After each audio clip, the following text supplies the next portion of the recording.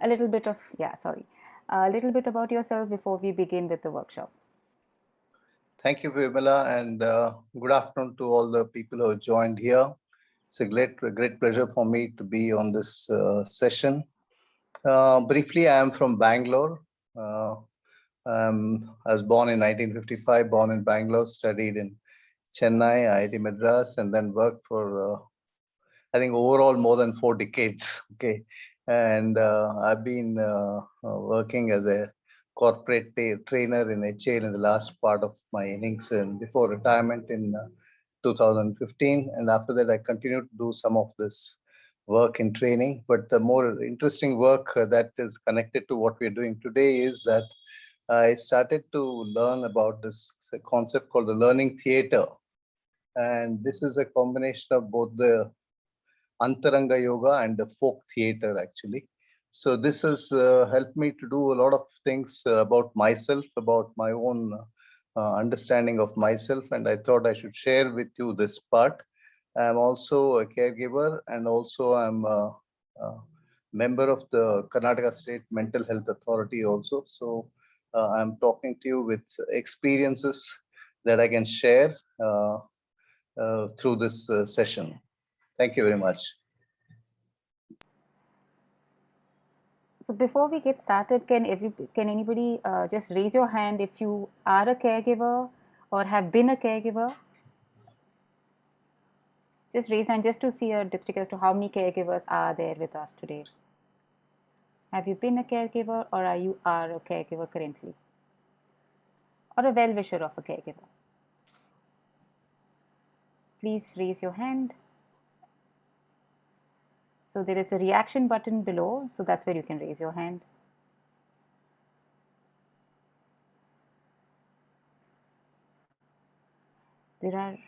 Okay, there is a well-wisher here, Ameya.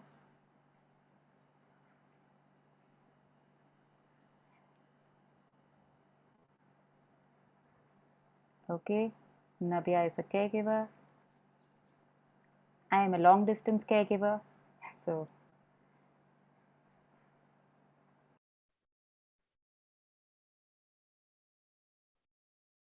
Okay, we've had our reactions so far, Anantha. We can get started. Yeah.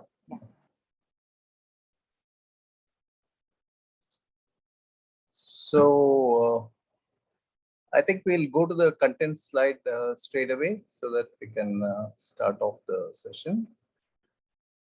So I'm going to talk about a few of the points. The word I'm going to introduce to you, which some of you might be familiar, those who learn dance, Indian dance and all that, rasa. Then I'll talk about some challenges in caregiving on it. And then what about the Antaranga yoga that would be relevant. These have helped me to do a lot of reflections, and so I'll share the kind of results that can come out of the experience of reflections. And so at the end of it, I think Albert Camus is one of my favorite authors, and says the struggle itself is enough to fill a man's heart. And I'm sure this is applicable to all those who have been caregivers. So I hope we'll all share some things through this reflection that will help each other. I'm sure I'll learn a lot from this session also. Go to the next slide. Yeah, I think I owe a lot of what I'm going to share with you to Raghu Anantharan, who's my guru and who has taught me a lot of basics. So when I come and talk about it, I'm actually sharing everything that I've learned from him in a short span of 1 hour. Of course, I acknowledge my spouse Mansa and all the family members who have supported me in doing all these things that have helped me to come here on stage. And my disclaimer is I'm not an expert on Antaranga yoga. I'm actually just a learner. I'm just practicing a few of these concepts, and I hope we'll all benefit from this. Yeah. Thank you.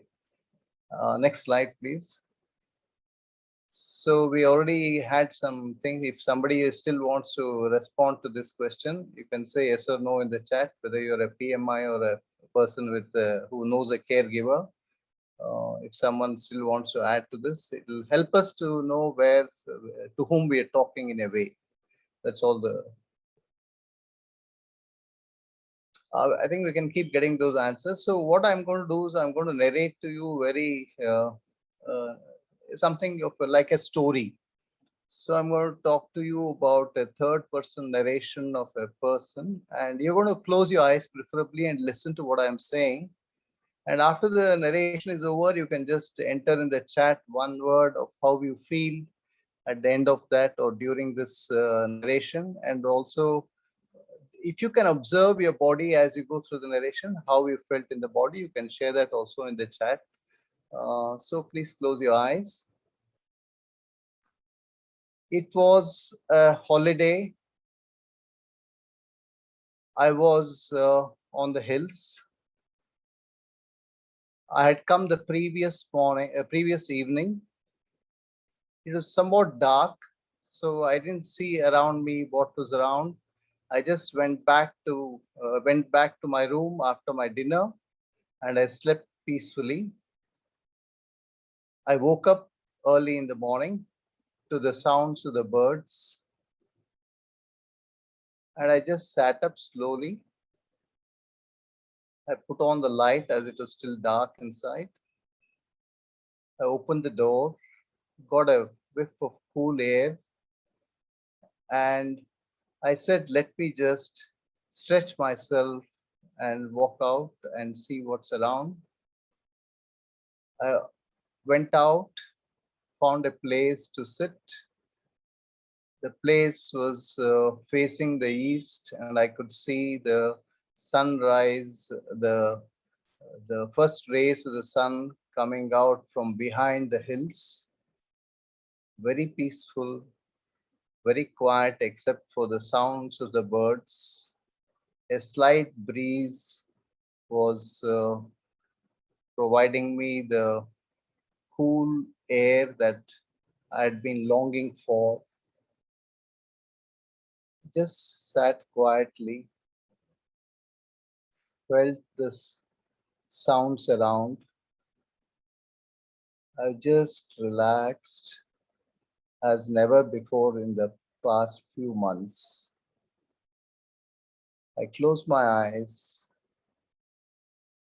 and was all by myself. So that's the narration. You can open your eyes. You can type into the chat whatever, or you can raise your hand and someone will call you to talk about it.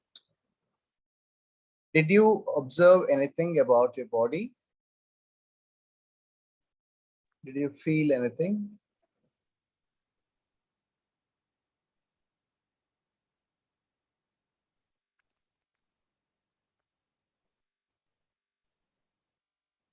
Okay, thank you.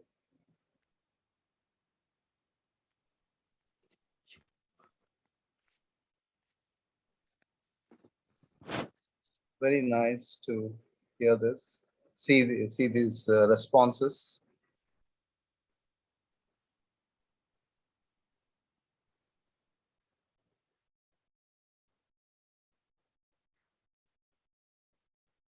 Yeah, if you have a little more time to be in that state of relaxation, you can start to observe your body a little more. And what we're trying to show is that there is a sense of connectedness between what happens in the body and what happens to the mind in terms of the relaxation that you have mentioned, or the calmness and other things that some of you have said. So there is a connection, and I think it's a good way to start off this workshop. We'll go to the next experience. Please go to the next slide. Vimla, am I going too fast or something? I think we should ask the audience. Perfectly fine for me, Anantha. Okay. Yeah. So if you think I'm pushing, I'm moving fast, please feel free to share that. I think you're in perfect pace according to me. Anybody else would just to say perfect, just say perfect. Pace is good. All right. See? Okay, good. Thank you. Thank you, Kshitij. So the next one that I'm going to share with you is something where you have to do. I'm not going to narrate anything. There's a poem. Incidentally, the poem is by a caregiver. is an elderly person who gave me the permission to share this poem. The poem is a little long, so we have cut short the poem actually so that we have a slow reading.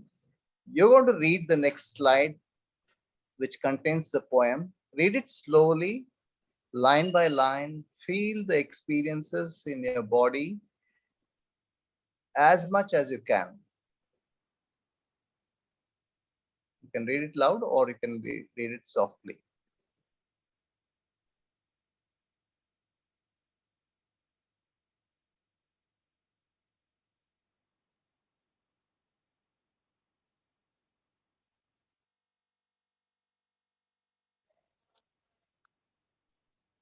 When you're done, you can raise your hand so that we know you're finished.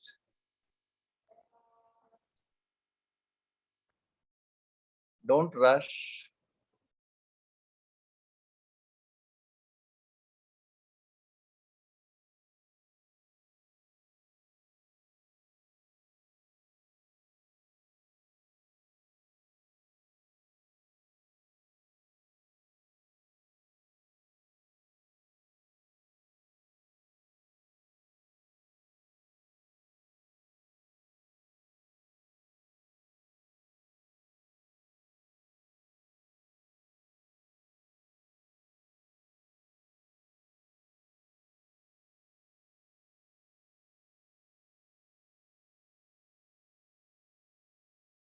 Stay with the feelings that have been evoked by the poem.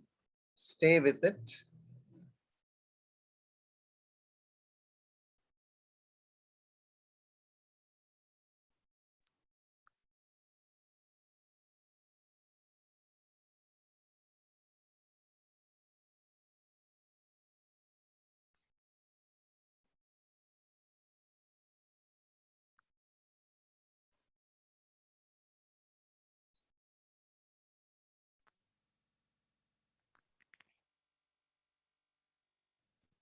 Just to remind you, you can raise your hand or you can enter in the chat. You're through, whichever you're comfortable with.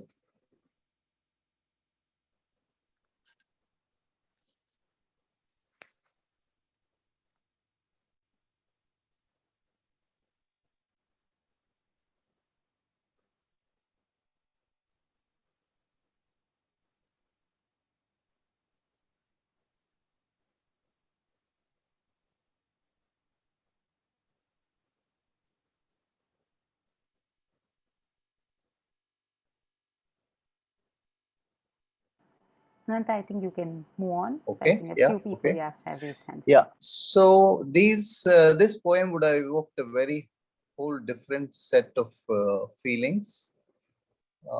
Let's go to the next slide. So can you now tell us what kind of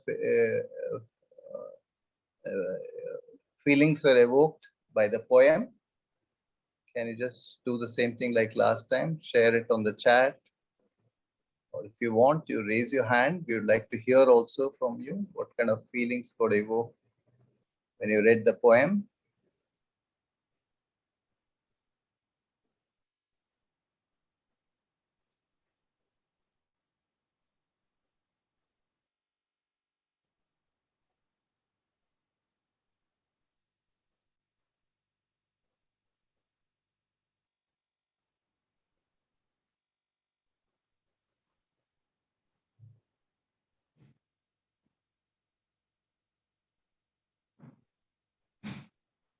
Yeah, so I'm sorry that I have brought in something that's probably disturbing, painful, etc. That's part of the experience that that is life all about. Basically, you will realize that whether I'm narrating, that means you're listening to something, or whether you're reading something on your own, or even if I put some pictures, any of these things that send signals to your brain through the senses, they can create feelings. Yes, I think Anjali, I agree that you could see that courage in the person, that power, etc. So we'll try to get a framework using the Indian theatre theory, which is called Natya Shastra. So we'll go to the next slide. So while I'm going to talk about the whole slide, I want you to look at the lower part of it, where there are labels of what you can give to the feelings that you have experienced just now. So I'll just explain what these are. These are called rasas. So totally there are 9 rasas. So it's called the Navarasas. You would learn that in Bharatanatyam. Shungara is love. Bhayanaka is fear. Raudra is anger. Hasya is humor. Veera is courage. Adbhuta is wonderment. Bhivatsa is disgust. Karunya is compassion. And Shantarasa is tranquility, serenity, etc. So actually we started with Shantarasa, the tranquility or serenity that got created by the first narration. And then we created some of the other rasas through the poem actually.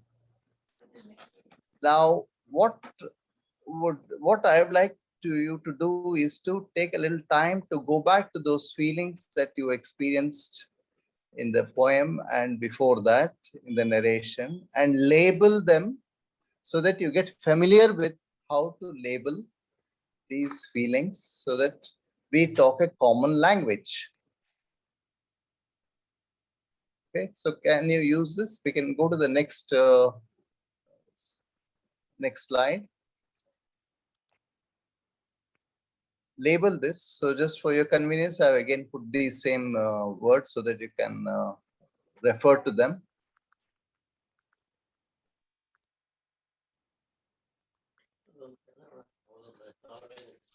Try to label those same experiences so that you become familiar with these this language here. I mean, you can use either the Sanskrit word or the English word. It really doesn't matter.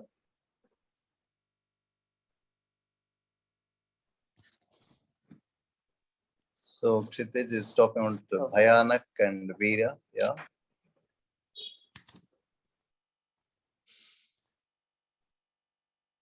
Bhayanaka, yeah.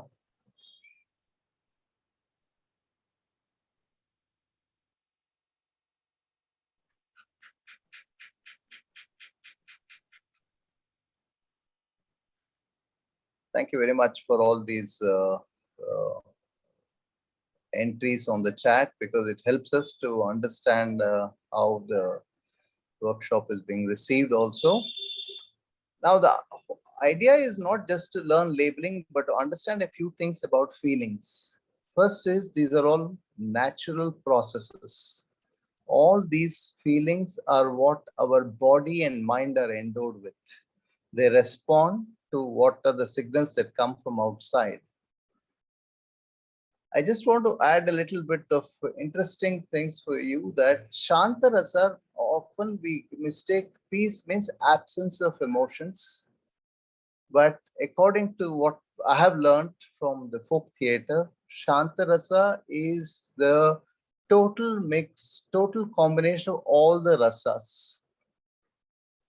Your ability to respond to a signal that comes from outside with an appropriate rasa and come back to Shanta rasa as quickly as possible is what really is important. I mean, that's the kind of goal we can set because many times we get stuck with, say, fear or with anger or with any of these things. I also want you to look at the possibility of, are you able to receive all these rasas and give back all these rasas, or are there any difficulties in receiving or giving some of these rasas? You can reflect on that. That's an important question that comes up. How easy or how difficult is it for me to respond with a rasa? For example, for me, Raudra is quite easy, okay? And even Bhivatsa is quite easy. Karunya is a little difficult for me actually. So it will depend on how we have experiences, but I want you to look at these things and try to say that, okay, and this can be one of your first starting points in your journey on Antaranga Yoga. Just to make a small list of which are the rasas that I respond easily and others are difficult for me. And that's a start. Getting to know the baseline or the data. It's a data for you to start with if you want to talk management language. Okay.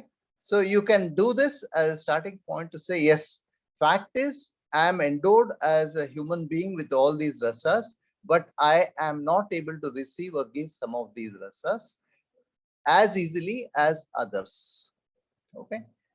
In a longer workshop format, this could be a discussion for a whole hour or so. So just this itself. Okay. So let's go to the right now. I don't feel Shanta at all. Okay, Dishari, that's first of all, that's a lot of courage to say that here. And I appreciate the fact that you're able to reflect on that. Yes, Kshitij, all your responses, first of all, understand I appreciate and acknowledge the fact that you're very authentically responding to these statements that I'm making, or I'm trying to provoke you into thinking. Appreciate that. And in fact, this whole journey that we're talking about is how to be authentic in this whole exercise. So it's a great way to start saying that I'm not able to experience Shanta, or I'm not able to experience Veera, or whatever it is. And that's the starting point to recognize that I got a mirror now to look at myself. Okay, so let's move to the next slide. And you can feel free to ask any questions you have on the way through the chat, so that I can stop at any point and come to your question. Now I'm going to narrate to you. Yeah, 1 minute. Sally has something to say. I'm mostly Shanta because I don't feel fear or anything, but of course Adbhuta because of okay, great. Okay. So I'm going to narrate now a real life, a day in the caregiver's life. Okay. And this is not the pleasant part of the life. I'm not saying there's no pleasant life at all, but I'm going to narrate this. You can again experience or relate to what kind of similar experiences you might have had or you might have seen in others. So I'm going to read this. He came back from work after a long, hard day. He just crashed into bed after a mechanical dinner. He had very little time for children. At midnight, he was woken up and he had no answer to the questions and he was tired and wanted to just rest, but he was not allowed. He got upset. He went to the kitchen, took out the matchbox. There was wood and a gas pipe around. Moment of rational thinking. What am I doing? And the anger and frustration came back. There was no fear of consequences. What prevented the disaster? No one knows. He was shaking everywhere. He went back to sleep. Next day at work, there were some failures and he had tears in his eyes. Imagine crying at your workplace, at work. And there was frustration that what he had thought should happen at work had not happened. When will it end? He never knew the cause nor the solution. But the question, why me, that stood up, kept on and on. Okay, so we'll go to the next slide. You can just reflect on what you heard of a caregiver's not so good day. And then probably those who are caregivers will realize more, but I'm sure this can be this kind of life and struggle can be there even in others. This is from the mythology, Greek mythology. There's a character called Sisyphus. He was a very intelligent guy. He had in fact cheated death, and he could do things. He had actually arrested death so that death will not harm anybody. And so the gods were very angry, and so they punished him with this struggle. They said, you keep pushing this rock up the hill, and when you reach the top, your job is done. So he used to do that, and then the rock would roll down, so he had to go back and push it again. So that's the kind of struggle that often happens, that you've done everything, you feel that everything is over, there is a stability that is reached in the life, and then again this rock rolls down.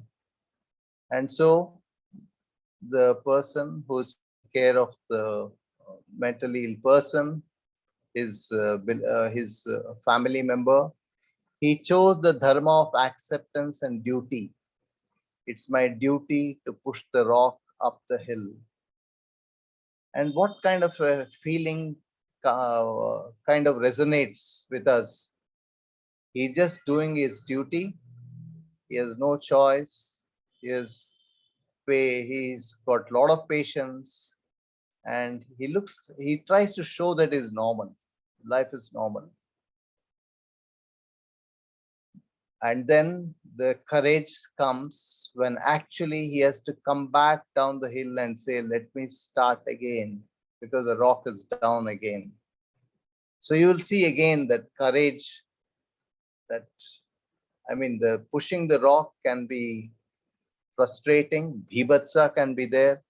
It needs courage to keep going every inch up the hill and so on. And where is the peace? Does the peace come for a fraction of a second? We don't know. Okay, let's go to the next slide, please.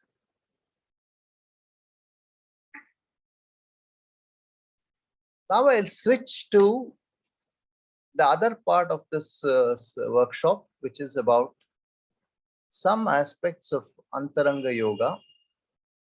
Incidentally, Antaranga Yoga is based on 62 sutras out of the 195 sutras in Patanjali's Yoga Sutra. Patanjali's Yoga Sutras actually are a great, I would say, an encyclopedia of psychology, human psychology. But then of late, the modern days, people have used the television channels and the YouTube and all that to show only probably what constitutes 4 sutras. So you can imagine what we see as yoga is only 4 sutras, or just 2% of the whole volume of work that is there in the Patanjali's yoga. And I'm going to take just 2 or 3 key phrases that are relevant to us. So one word that is used is avidya. Avidya is erroneous perception and action. What does erroneous perception mean? That I don't know what the whole picture is. I know only half the story of the world. I have a misconceived notion of what the world is like, and I take decisions, actions, and my whole thinking is guided by that. And that leads to dukkha. So it's a very simple way to say the dukkha. Dukkha means sadness. The sorrow in the world. The sorrow in the world is due to a lot of misconceptions about the world and about myself. This is one simple statement we can say for this, for the time being. Then there is a concept called vasana, the residue of emotions. You read the poem, you heard the previous narration about one day in the life of a caregiver and so on. Now, if it's your own experience, if it's your own story, then a lot of those emotions remain for a long time. And that's the residue of an emotion. For example, if there is a sadness in the poem or in the life of the caregiver, that sadness doesn't end after the sad event is over. The sad event, it's just an event, it happens and then it's over. But the residue of this emotion remains. Many of us would have experienced that anger remains a lot. You have a traffic problem, you're going, somebody does something, and then you get angry with the guy, and the guy is no more there, he has just gone off. but you are with that emotion for the rest of your journey, and you're cursing and you're telling, and see how that residue remains with us. So this is one of the other aspects of emotion. But what we're talking about Vasana here is that very deep rooted residue of emotions that remain lifelong and that affect the way we emote or respond to events that happen, which may have nothing to do with that event. Now, typically, each of these emotions that we are able to respond to or not, like somebody said, I can experience some emotions, I can't experience some emotions. It's because of the effect of Vasana. I'm not able to respond with courage for whatever reason, that I had an experience and there's a Vasana, that courage probably has some implications or some adverse response which I'm not comfortable with. So I continue to push that courage down in my whole gamut of emotions. So yeah, I think there's a question. I'll just answer that very quickly. It's a very good question. Are all vasanas negative? No. First of all, I think I should have explained this, but it's a good point you have raised. Emotions are not good or bad. We call them good or bad. Every emotion is a natural response, I said. It is endowed, it's built into your body. For example, fear. I'll give the simplest example. Fear is essential for our survival. Whenever I'm facing something unfamiliar, like in fact, this workshop is a very unfamiliar thing for me. So I did tell Vimala that there is a little bit of bhayanakam for me when I'm preparing for this. Okay, so fear is natural because it helps me to survive. It helps me to know which is my boundary. I should not cross this boundary. So the fear actually helps me to survive. So each of these emotions I can go through in detail. There is nothing good or bad. It is about that it is an emotion. In fact, the better thing to look at would be that this emotion or this set of emotions are all there in me. Can I see that I am able to respond to the world with any of the most appropriate responses out of these 9 rasas? But if I'm too much disturbed, in a state of disturbance, I might have no response at all. So I might apparently be in Shantarasa, but I'm not in Shantarasa. Now, that appropriate for whom, Vimala, is nothing to do with me and you and all that. It is just that if it is a case where you have no vasanas, what would be your response? If there are no residue of emotions. Okay. Now, it's difficult to imagine that, but essentially what I'm saying is that when you see a small bird struggling because it has been hit by a stone, let's say, it's very natural for most people to get evoked by karunya, which is compassion. You may do very little about it, but that karunya still comes in, that feeling, oh yo, papa, or whatever words are there in your own language, that would come very naturally. So this is what I meant. Maybe I should have used a more appropriate word than the word appropriate. Okay. So maybe we can use the word most natural response. And we'll notice as we keep on reflecting on this way we respond, that often we respond with anger. I'm talking with my personal experience. I've done all kinds of nonsense in some situations. To a very small, innocent happening, event, I've exploded. Okay, extreme form of anger also. Okay, anger itself probably was not called for. Now, extreme form is explosion also. Now, these are all there because of many things, and this exercise that we are talking about is how to explore that part of it actually. So we have two concepts further to that, nimitta karana and upadana karana.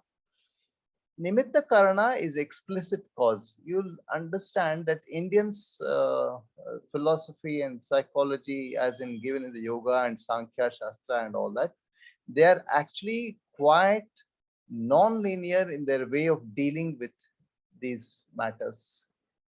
Nimitta Karana is almost like a linear way of looking at it. This is a cause, this is an effect. Whatever is at the surface, the cause, that becomes the cause. We just label that is a cause.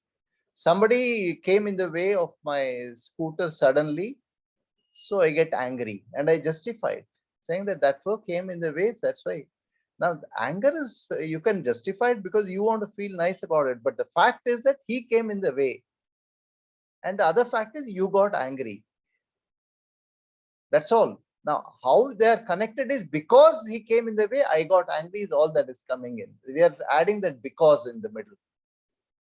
We are the two independent facts almost. Of course, we have seen that guy and it does disturb my journey, etc. and so on. I'm scared that I'll hit him, so I'm angry. Okay, so but the fact is that below this explicit cause, if you want to look at it in a hierarchical fashion, below this explicit cause, there is a deeper cause which is called the implicit cause, which is the upadana karana. And that upadana karana comes from me, from inside me, from my vasanas, from my inner experiences, etc. So that's a part of what we can learn in this short time that we have. So we'll go to the next slide.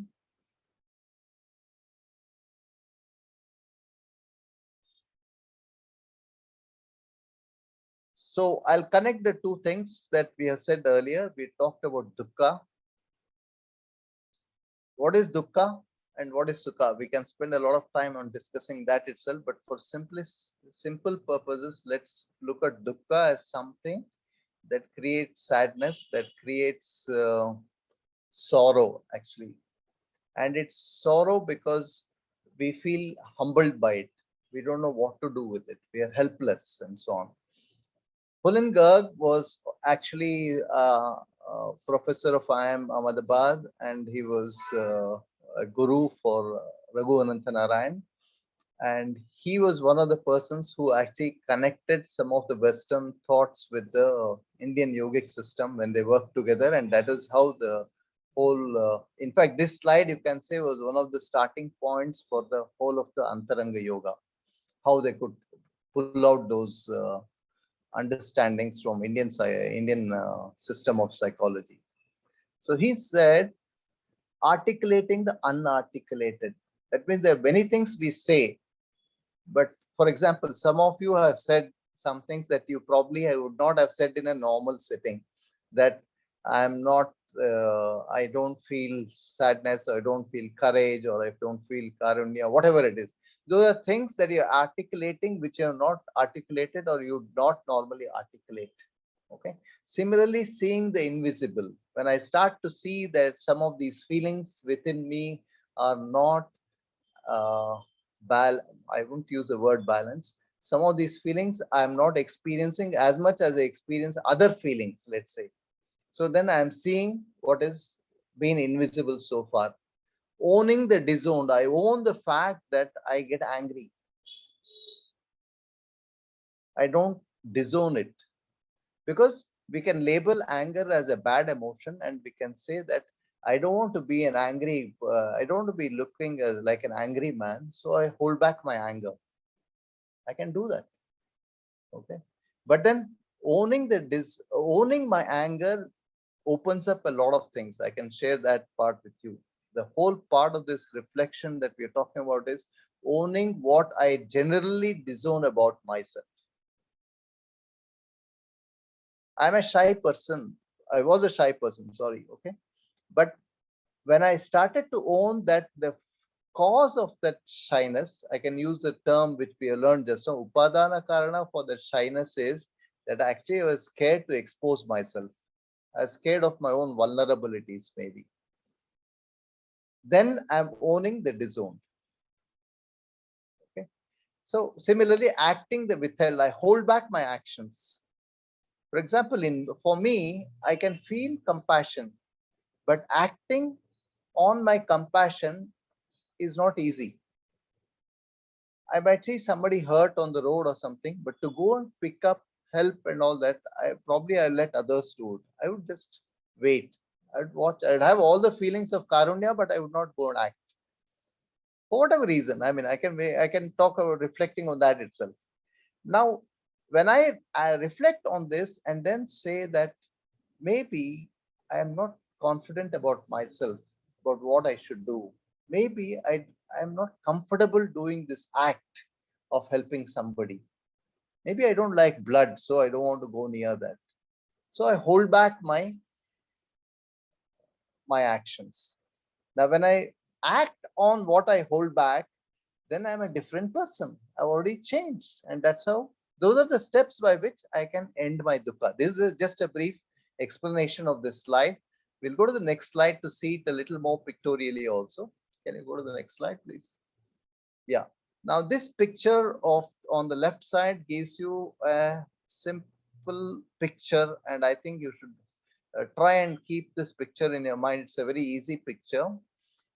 I would say this is a picture of the mind. I just given a shape to it, a model of the mind. Now, what we talked about the nimitta karana is on the line above, which is what we see, the articulated, what we see, what we own, what we act on, all those things are all over there. So we do the cause effect analysis here. This is the cause, this is the effect, and I give myself all the good marks to say that I'm a nice person. Okay, this is the way I put myself in the world. This is how I feel nice about being in the world, etc. But when I go below the line, there are a lot of the, including the vasanas we talked about, the whole lot of experiences, whole lot of behaviors that are generated from here, which I disown, which I avoid seeing, I don't talk about, and so on. And often I don't even see it. So the blue line is actually the critical part of our whole process of using yoga, Antaranga yoga, to understand human behavior. Okay. The blue line is how do I connect between these two things? And when I am able to use the blue line, and I'll talk a little more about the blue line, for the time being, just treat it as a blue line, which is connecting the lower half, lower part of this mind to the upper part of the mind. And I'm using lower and upper only for simplicity's sake. Nothing physically lower or upper in this. So the moment I'm able to see to give my attention and focus to the upadana karana, I become grounded in my way of thinking, because I'm seeing the facts of that part of me which I'm not normally seeing. The moment I look at these facts and then I act with those facts, then I am able to expand and I can connect to this whole thing clearly. I can actually expand the bandwidth of Navarasas that I am able to respond with. If someone is saying that I'm not able to experience fear, or I'm not able to experience courage, then obviously we have to look at the lower part and see what are those things that are holding me back in those areas. And then that is how this journey of Antaranga yoga can actually take us to, I won't say to sukha, because sukha is the other extreme, to less of dukkha, I would say. Less of dukkha is what we can start to work towards. Okay, so can you go to the next slide?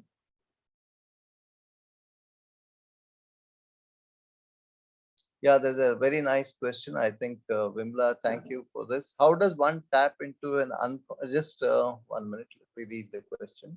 It just went off.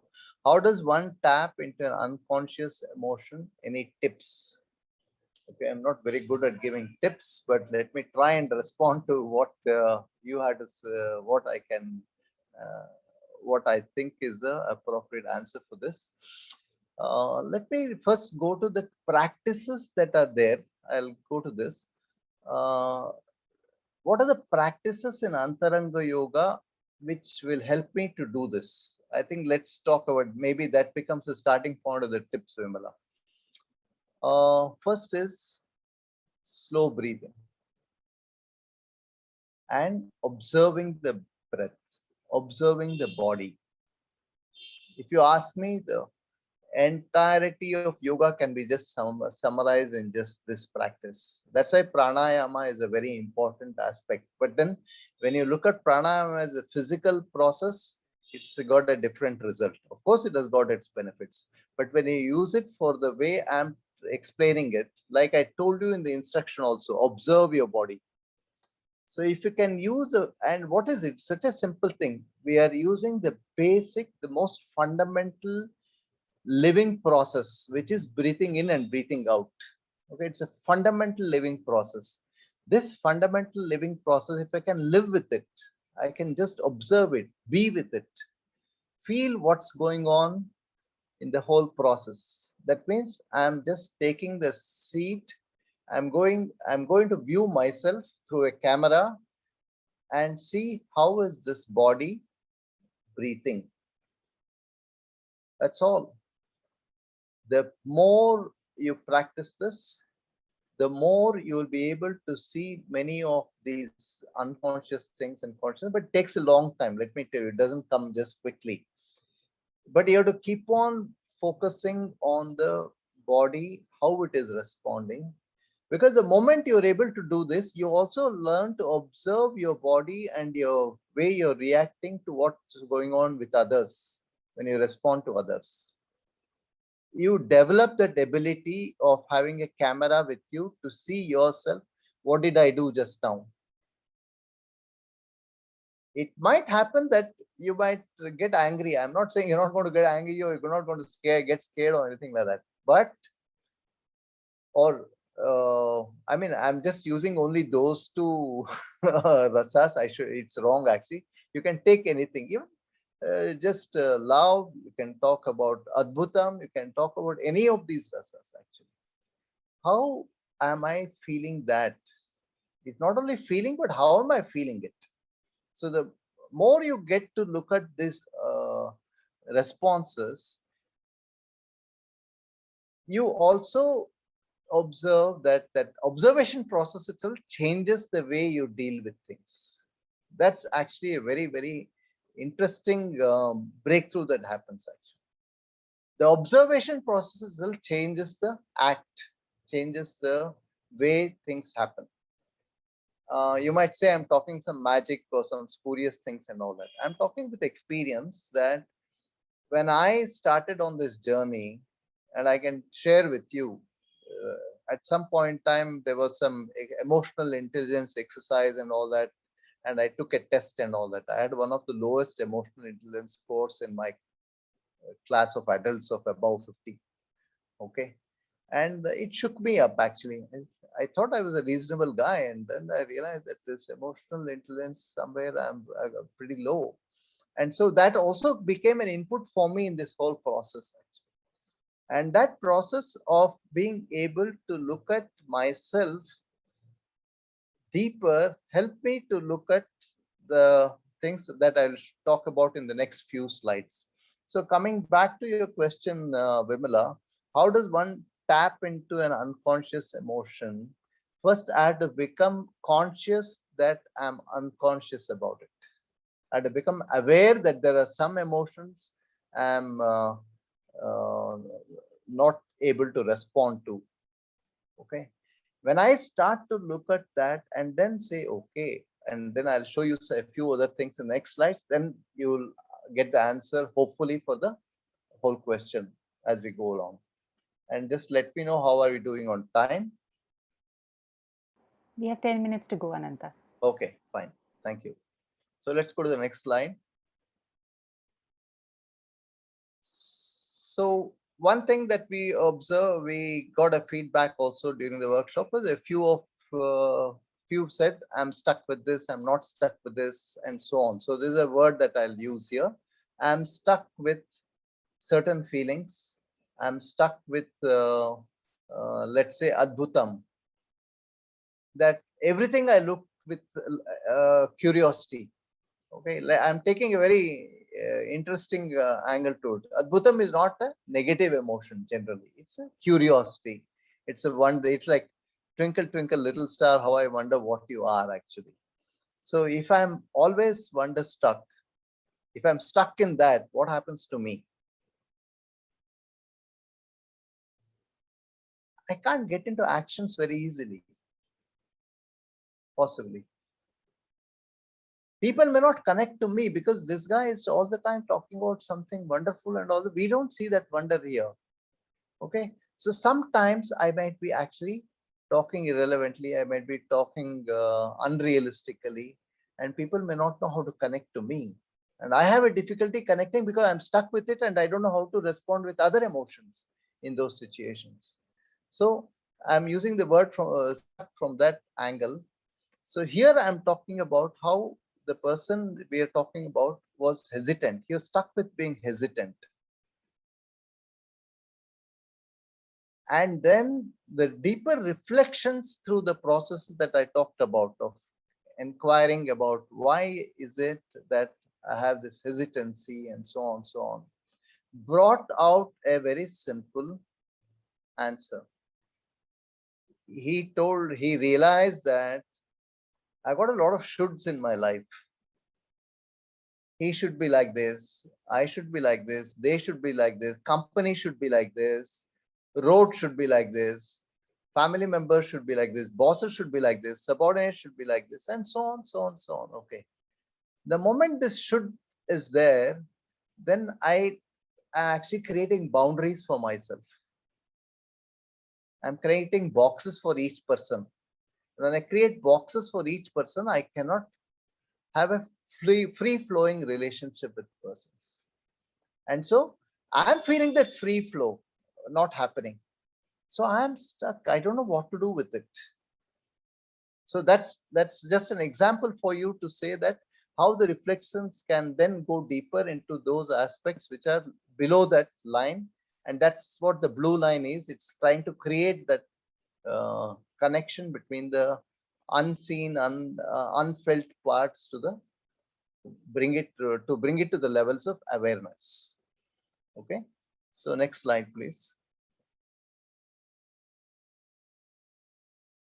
So as a small quick exercise, you can probably reflect on where am I as a caregiver. If you're not a caregiver, it is fine. In any other act of work that you're doing, are you feeling stuck? If so, which of these are, when I say stuck, let's be clear that I'm not able to express myself with this emotion. And here I'm specific to caregivers in the act of caregiving.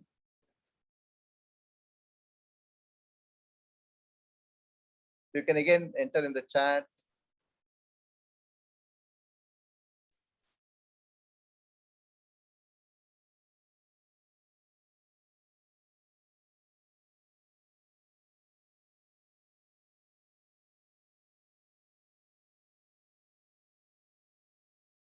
Yeah, these are very good prompts because there are different responses we have got, and I'm sure all of you can try and do this. Yeah.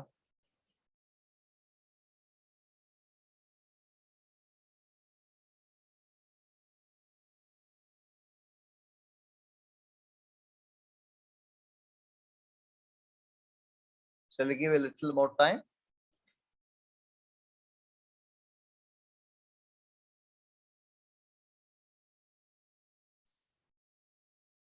Okay, so I'd like to take Karunya, for example.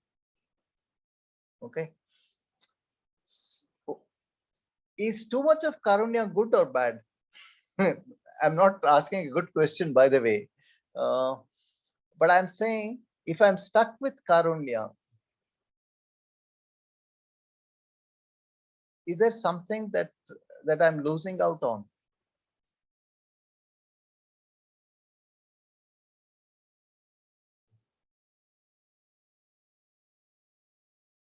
Now, is there another way? So the next question I probably take on as you give these answers is, if you have experienced Karunya, can you look at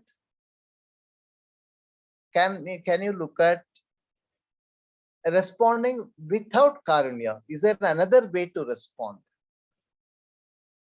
Remember, you talked about Shringara for the self. Yes, it happens to a lot of caregivers. It's Compassion about, fatigue. Yeah. yeah. Compassion fatigue that we say. Yes, yeah, that's a word.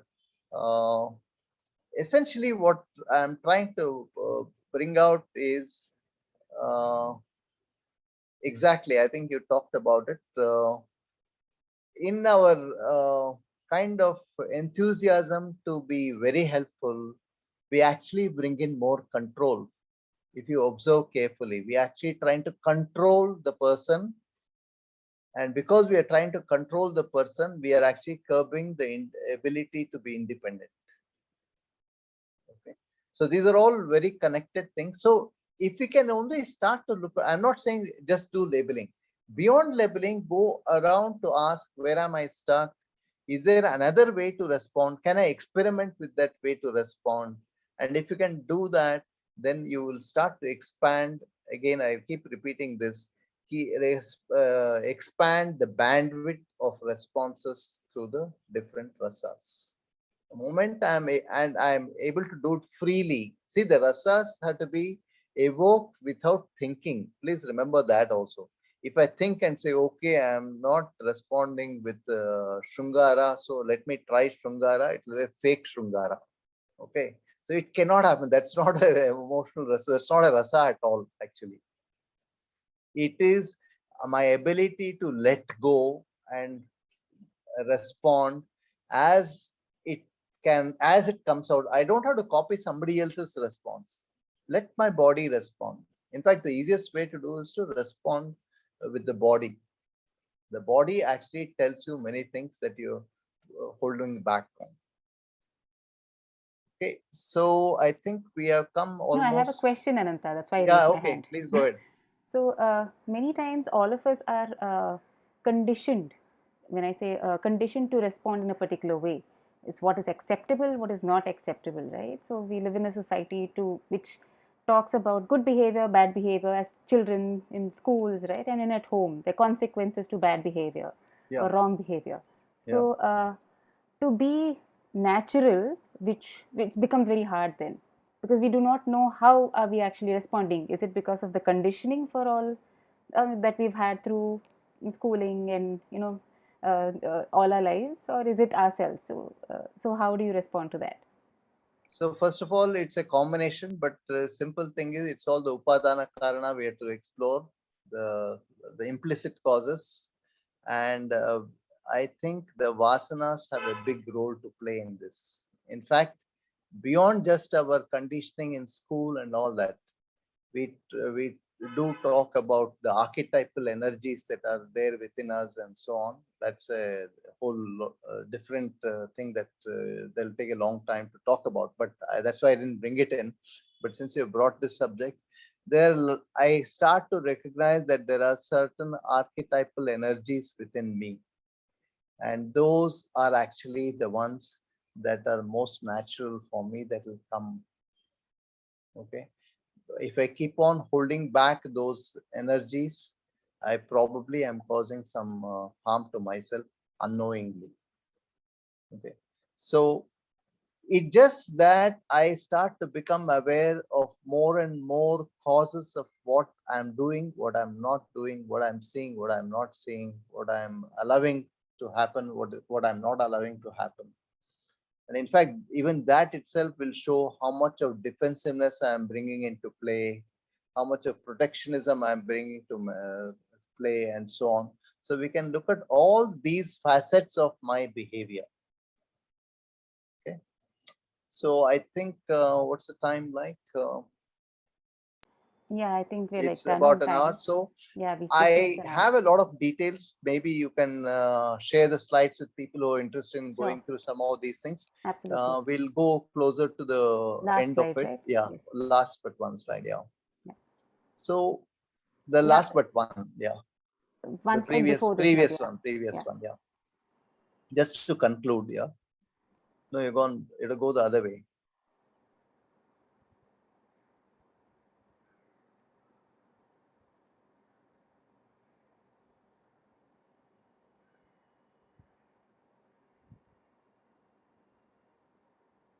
This is Nabhi, just to close the whole yeah. thing.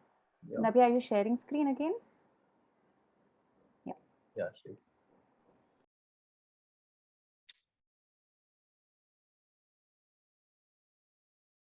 Yeah. No, not this. Go to the 29, I Yeah, think, the number. 29th.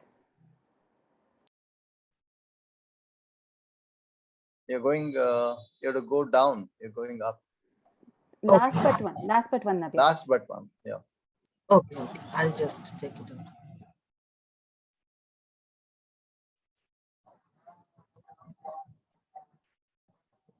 This one?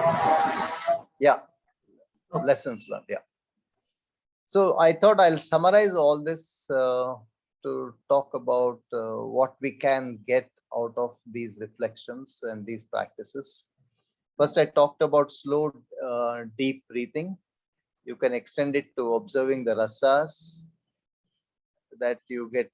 That's what we have been talking for a long time about what gets evoked, what doesn't get evoked. Then the powerful question, which I probably should leave you with, in doing what I am doing, what am I really doing?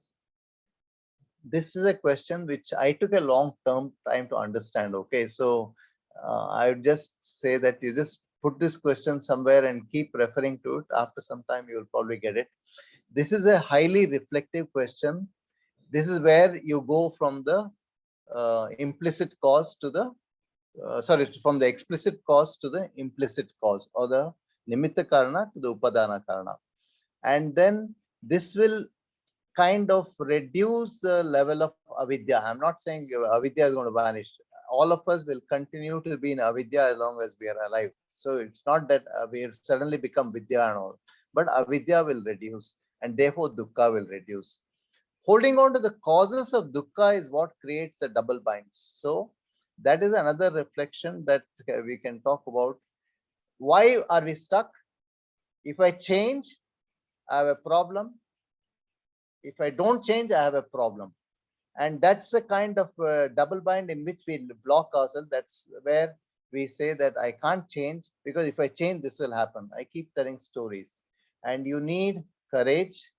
You need shantarasa and courage to be able to cross that barrier.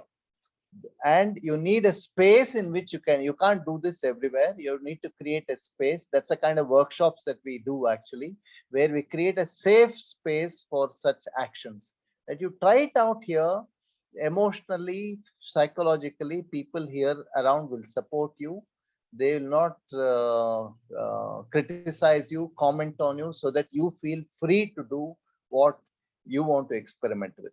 So that is actually the thing. The most important thing is that I am able to expand my rasas. So where earlier I had fear, I don't have fear. Not that I don't have fear means that I am totally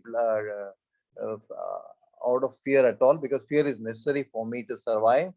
But it's just that where I used to get scared unnecessarily without relevance, I am not scared. And you can take it to different levels, actually.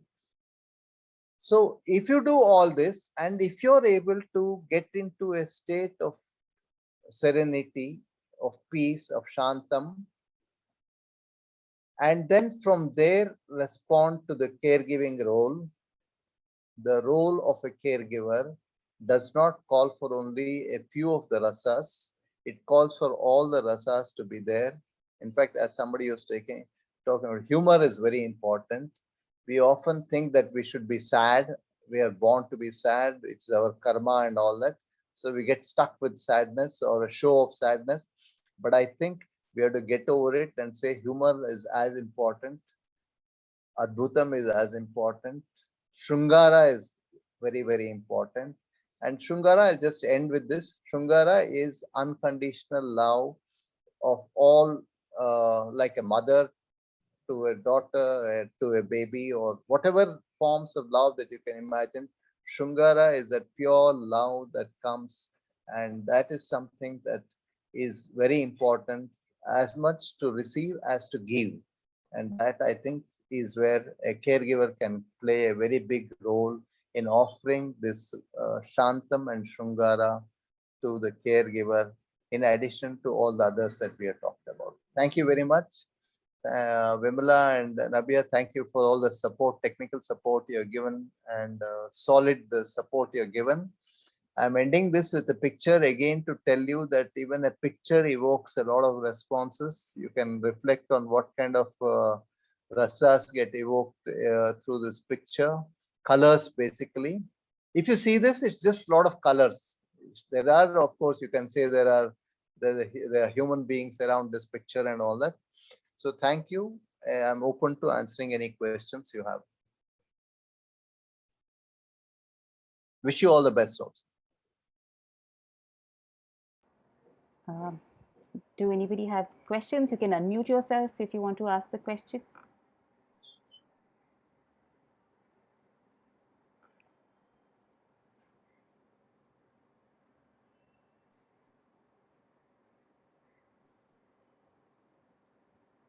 Okay.